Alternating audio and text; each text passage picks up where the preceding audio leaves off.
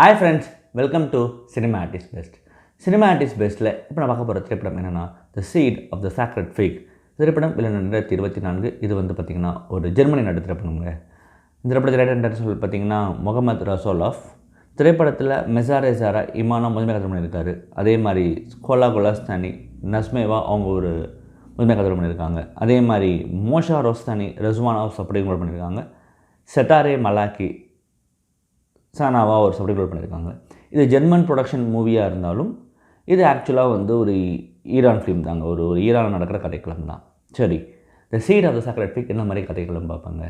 Present ஈரானில் என்ன ஆகுதுன்னு சொல்லி பார்த்தீங்கன்னா, படத்தின் நாயகனான இமான் அவர் வந்து பார்த்திங்கன்னா ஒரு இன்வெஸ்டிகேட்டிவ் ஜட்ஜாக இருக்கார். என்னன்னா ஜட்ஜ் ஆகிறதுக்கு முன்னாடி ஒரு இன்வெஸ்டிகேஷன் ஜட்ஜ், அதாவது இவன் வந்து இந்த குற்றத்தை செய்வானா செஞ்சுருக்க மாட்டானான்றதை நீ கரெக்டாக கண்டுபிடிச்சி அவனுக்கு வந்து அந்த ஒரு சென்டென்ஸை நீ கொடுக்கணும். அதுக்கப்புறம் தான் நீ ஜட்ஜாக முடியும்.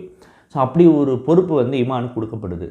பட் ஆனால் என்ன பிரச்சனைனா, அந்த இமானுக்கு கொடுக்கப்படும் போது அந்த இடத்துல அப்போது அந்த ஈரானில் கரண்ட்டில் ஒரு ப்ரொட்டஸ்ட் வெடிச்சிக்கிட்டே இருக்குது.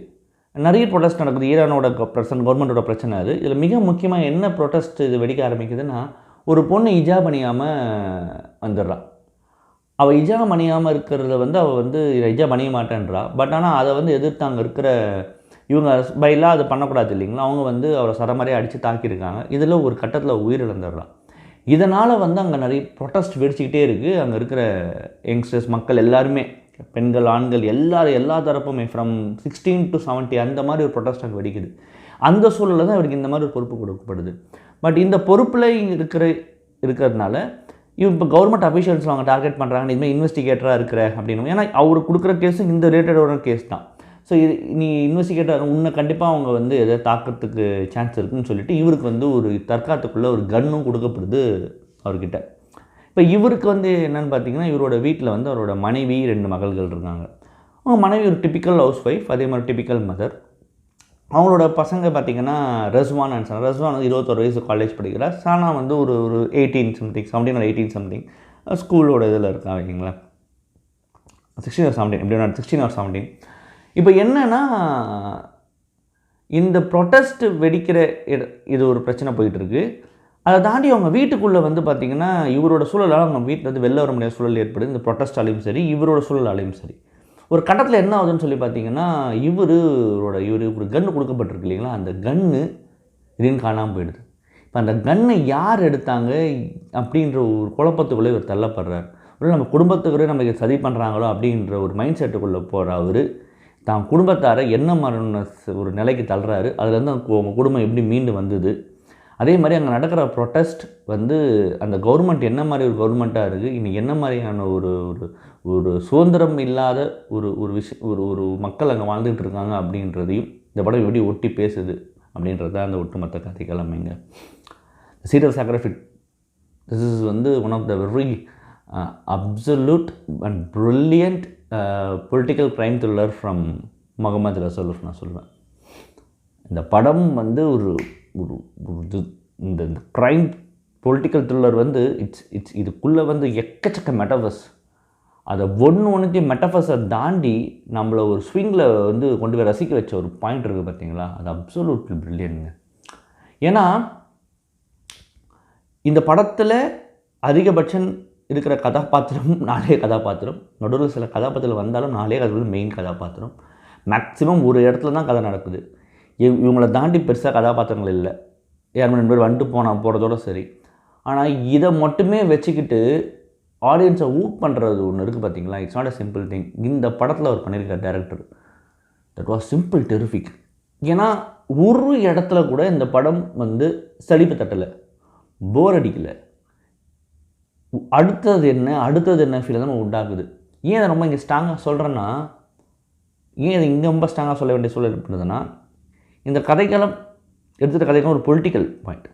அந்த பொலிட்டிக்கல் பாயிண்ட்டும் அங்கே வரணும். பட் உள்ளுக்குள்ளே நடக்கிற ட்ராமாவும் அங்கே க்ரியேட் ஆகணும். அந்த த்ரில்லர் ஒரு பாயிண்ட்டும் க்ரியேட் ஆகணும். அது வந்து ரிவிகாக பண்ணியிருக்காங்க இந்த narration. It was simply super narration. ஸ்க்ரீனில் நரேட் பண்ண விதம் ஹேட்ஸ் ஆஃப் டு முகமது ரசோலாஃப். அவருக்கு தான் ஃபுல் கிரெடிட். இந்த படத்தில் வந்து நடித்த நடிகர்கள் எல்லாரும் பெர்ஃபார்மன்ஸ் ரொம்ப நல்லா இருந்தது. இவங்க தான் குறிப்பிட்டு சொல்லணும், இருக்கிற 4 பேர் தான். ஸோ அதை நடித்த எல்லாருமே ரொம்ப பியூட்டிஃபுல்லாக பெர்ஃபார்ம் பண்ணியிருந்தாங்கன்னு தான் நான் சொல்லுவேன். Coming back to this film, ஏன்னா இது ரொம்ப முக்கியமான ஒரு விஷயத்தை இந்த படம் பேசுது. ஏன்னா நம்ம நிறைய இங்கே பேச வேண்டியிருக்கு இந்த படத்தை பற்றி. அதாவது இந்த படத்தின் இயக்குனர் முகமது ரசூலோஃப் இந்த படத்தை வந்து பார்த்திங்கன்னா ஈரான் ஃபிலிமாக வந்து ஜெர்மனிலேருந்து இயக்குறாரு. என்னென்னா இந்த படத்தை இயக்குனாருன்னு சொல்கிறத விட இதை வந்து மறைமுகமாக எடுக்கப்பட்ட படம். கவர்மெண்ட்டுக்கே தெரியாமல் இப்படி ஒரு படம் எடுத்திருக்காங்க, ஈரான் கவர்மெண்ட்டுக்கே தெரியாமல். தட் வாஸ் அது எப்படின்னா அது எடுக்கிறதுலாம் ஈரானில் சாத்தியப்படுது, எடுக்கிறாங்க, நிறைய டேரக்டர்ஸ் எடுத்திருக்காங்க. பட் ஆனால் இந்த மாதிரி எடுக்க முடியுமான்ற பாயிண்ட்டு தான் எனக்கு வந்து தோணுச்சு, ஆச்சரியமாக இருந்தது. ஏன்னா இது நீங்கள் வந்து ஒரு டிப்பிக்கலான ஒரு ஈரான் ஃபிலிமாக அது இருக்காது. இந்த படத்தில் வந்து பார்த்திங்கன்னா ஒரு சேஸ் சீன்லாம் இருக்குது. நீங்கள் நம்புவீங்களா, ஈரான் படத்தில் ஒரு சேஸ் சீன், ஒரு கார் சேஸ் சீன் இருக்குது. அதுவும் வந்து மறைமுகமாக எடுக்கிறாங்க. அதாவது வந்து இந்த மாதிரி ஒரு படம் எடுக்கிறாங்கன்னு தெரியாமையே எடுக்கிற ஒரு பாயிண்ட்டுக்கு அந்த சேஸ் சீன்லாம் வாவ், கதை ரொம்ப ஒத்தி இருந்தது. எனக்கு இந்த விஷயத்தில் வந்து எவ்வளோ வந்து ஒரு கடுமையான ஒரு கவர்மெண்ட் அங்கே இருக்குது, ஒரு ரிலீஜியஸ் கவர்மெண்ட் எவ்வளோ மோசமானதாக அங்கே இருக்குது, எப்படி வந்து அது வந்து அங்கே இருக்கிற மக்களை வந்து போட்டு சிதைக்குது அப்படின்றது வந்து பொலிட்டிக்கல் ரியாலிட்டி அங்கே. பட் அந்த பாயிண்ட்டை இந்த படத்துக்குள்ளேயே கொண்டு வர ஒரு விஷயம் இருக்குது பார்த்தீங்களா, அதுக்கு துணிச்சல் வேணுங்க. அது டேரக்டர் பண்ணியிருக்காரு, அது மிகப்பெரிய துணிச்சல் வேணும்.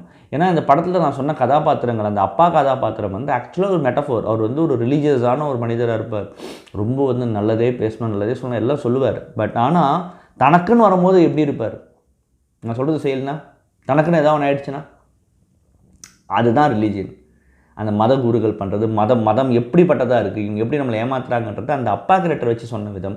அதே மாதிரி அங்கே 3 பெண்கள் மாட்டிக்கிற விதம், பெண்களுக்கு எந்த இடத்துலையுமே வந்து சுதந்திரம் கிடையாதுன்ற ஒரு பாயிண்ட். நீங்கள் உங்கள் அம்மாவோட கேரக்டர், அவங்க அம்மா வந்து நீ இப்படி தான் இருக்கணும், நீ இந்த மாதிரி தான் இருக்கணும், நீங்கள் இது அப்பா தானே செய்யக்கூடாது, நமக்கு இதுதான் அப்படின்னு சொல்கிற அந்த அம்மா கண்டிப்பாக அந்த அம்மா வந்து ஒரு பெண் தானே, அந்த பெண்ணுக்கு எது சரி எது தவறுன்னு ஒரு இடத்துல தெரியும்போது அவள் எந்த முடிவு எடுக்கிறாள்.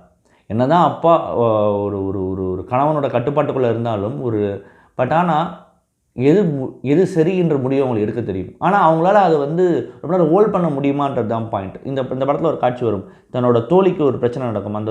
அந்த பிரச்சனையை வந்து அவங்க அம்மா வந்து அந்த இடத்த மட்டும் யூஸ் பண்ணி அனுப்பிச்சிருவாங்க. அந்த பொண்ணுக்கான ஒரு விஷயத்த பண்ணுவாங்க. நான் விளக்குனா அது இதுவாக தான் சொல்லுவேன், நீங்கள் படம் பார்க்கும்போது தெரியும். She got hurt. பட் அவன் நினச்சி தான் வச்சிருக்கலாம், இல்லை வேணான்னு சொல்லி அனுப்பிச்சிருவாங்க. பட் ஆனால் மறுபடியும் அவளை பற்றி விசாரிப்பாங்க, இல்லை இது மாதிரி வந்து அவன் எங்கே போனான்னு தெரியல, அந்த இவரோட பொண்ணோட ஃப்ரெண்டை பற்றி. தட் வாஸ் அதுதான் இங்கே அதுதான் பண்ண முடியும். இங்கே பெண்களுக்கு அவ்வளோதான் சுதந்திரம். பட் அதை தாண்டி இவங்களால இது உடைக்க முடியுன்றது இவ்வளோதான்ற பாயிண்ட். அதே மாதிரி அந்த பொண்ணோட கேரக்டர், 21 வயசு பொண்ணோட கேரக்டர், அவள் எதிர்த்து பேச ஆரம்பிக்கிறாள். பட் ஆனால் அதை வந்து அவங்க அப்பாவால் ஜீர்ணிக்க முடியல, அவளோட அந்த பாயிண்ட் வந்து அவங்க அப்பா ஜீர்ணிக்க முடியல. ஸோ அந்த இடத்துல அவர் மேலே சந்தேகப்படுறது. இன்னொன்று அந்த சின்ன பொண்ணோட அப்போ அவளோட பாயிண்டில் அவள் எப்படி பார்க்குறா, 21 வயசு பொண்ணான்ற point. She is trying to fight hard, but win பண்ணலான்ற பாயிண்ட் இருக்குது. But the beauty comes in இந்த சாரான்ற கேரக்டர் தான், இந்த 18 சானா அந்த கேரக்டர் தான். என்னென்னா அந்த சின்ன பொண்ணு தான் ரெபலிஸாக மாறலாம். அவள் தான் ரிபல்லாக மாறுறா. தட் வாஸ், அதாவது நீங்கள் எவ்வளவு தான் பூட்டி வச்சாலும், எவ்வளவு தான் நீங்கள் அடக்கி வச்சாலும் நெக்ஸ்ட் ஜென்ரேஷன் மாறிட்டு வராங்க. அவங்க வந்து ஒரு ஸ்டெப் எடுத்து முன்னே வச்சு நாங்கள் இப்படி தான் பண்ணுவோம், நாங்கள் இதை உடைப்போம் முடிவு எடுத்தாலும் உங்களால் எதுவுமே பண்ண முடியாதரா என்பதை அந்த ஒரு கேரக்டர் மூலிமா சொன்னது. That was simply terrific. நான் சொன்ன எல்லாமே நடக்கிற பொலிட்டிக்கல் பாயிண்ட்டுக்கும் இந்த இந்த கதாபாத்திரங்களை வச்சு ஒட்டி சொன்னது தான் டைரக்டரோட பலம், டைரக்டரோட அந்த என்ன சொல்கிறதுங்க, பலம் ஒன்றாக இருந்தாலும் அதை தாண்டி அவருடைய execution, that was simply terrific. மறுபடியும் you was done a very very terrific job Mohammad Rasoulof. இந்த படம் வந்து பார்த்திங்கன்னா கான்ஸ் ஃபிலிம் ஃபெஸ்டிவலில் ஜூரி ஸ்பெஷல் ப்ரைஸ் வின் பண்ணியிருக்குங்க.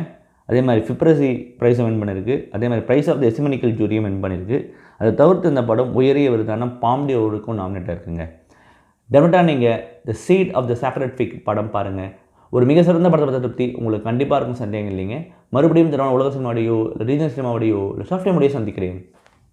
நன்றி, வணக்கம்.